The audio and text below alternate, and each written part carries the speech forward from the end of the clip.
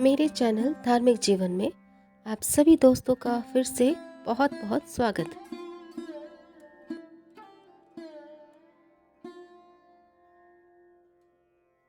एक बार नारद जी नारायण नारायण जपते पृथ्वी लोक से जा रहे थे तो एक स्त्री उन्हें रास्ते में मिली।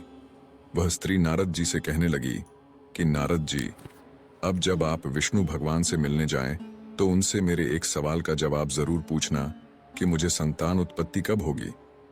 नारद जी विष्णु के बैकुंठ धाम पहुंचे तो भगवान विष्णु को प्रणाम कर उस स्त्री द्वारा पूछे गए सवाल का जवाब प्रभु से मांगने लगे। भगवान विष्णु कहने लगे कि नारद जी, उस स्त्री के भाग्य में औलाद का सुख नहीं है। नारद जी ने उस स्त्री को जाकर भगवान विष्णु का उत्तर बता दिया। यह सुनकर स्त्री विलाप करने लगी। नारद जी चुपचाप अपने लोक चले गए। एक दिन उस स्त्री के गांव में एक संत जी आए। उन्होंने उस औरत से खाने के लिए भोजन मांगा। औरत ने पूरे श्रद्धा भाव से संत को भोजन करवाकर संतुष्ट किया। संत जी ने उसे नेक संतान उत्पत्ति का आशीर्वाद दिया और चले गए। कुछ समय पश्चात उस स्त्री के घर में एक सुंदर से पुत्र ने जन्म लिया।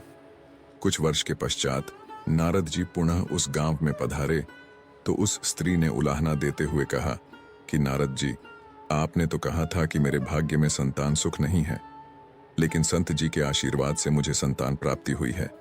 इतना सुनते ही नारद जी भगवान विष्णु के पास पहुंचे, क्योंकि उनको अपने प्रश्न का उत्तर चाहिए था। नारद जी कहने लगे कि प्रभु, आपने तो कहा था कि उस स्त्री के भाग्य में संतान उत्पत्ति नहीं है, तो फिर क्या उस संत का आशीर्वाद आपसे भी बड़ा कैसे हो सकता है।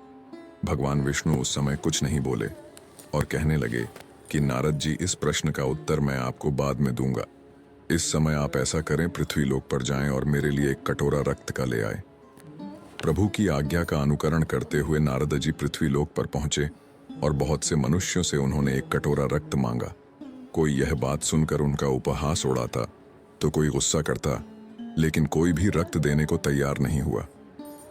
भगवान विष्णु जी की कृपा से नारद जी जंगल में उन्हीं संत जी के पास पहुंचे जिसने उस स्त्री को औलाद होने का आशीर्वाद दिया था। नारद जी संत जी को बताया कि भगवान विष्णु के लिए एक कटोरा रक्त चाहिए। संत जी ने सहर्ष अपने शरीर से रक्त निकाला और एक कटोरा रक्त का नारद जी को सौंप दिया। नारद जी रक्त लेकर भगवान विष्णु के पास पहुंचे। भगवान विष्णु कहने लगे कि क्या आप जानते हैं, यह वही संत ने जिसने उस स्त्री को औलाद होने का आशीर्वाद दिया था। भगवान विष्णु मुस्कुराते हुए कहने लगे कि नारद जी, जिस संत ने आपके मांगने पर अपने शरीर का रक्त निसंकोच मेरे लिए दे दिया, मैं उस संत के आशीर्वाद को पूरा करने के लिए उस स्त्री को औलाद कैसे न देता। नारद जी, आप भी तो उस स्त्री को आशीर्वाद दे सकते थे, उसके लिए दुआ कर सकते थे। आप भी तो रक्त दे सकते थे, लेकिन आपने ऐसा नहीं किया।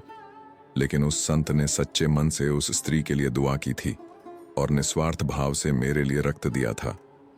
ऐसे संतों का कथन मैं कैसे असत्य होने दे सकता हूं। इंसान का भाग्य उसके प्रारब्ध से निर्मित होता है, लेकिन सत्कर्म और संत का आशीर्वाद भी मनुष्य के भाग्य को जरूर प्रभावित करते हैं।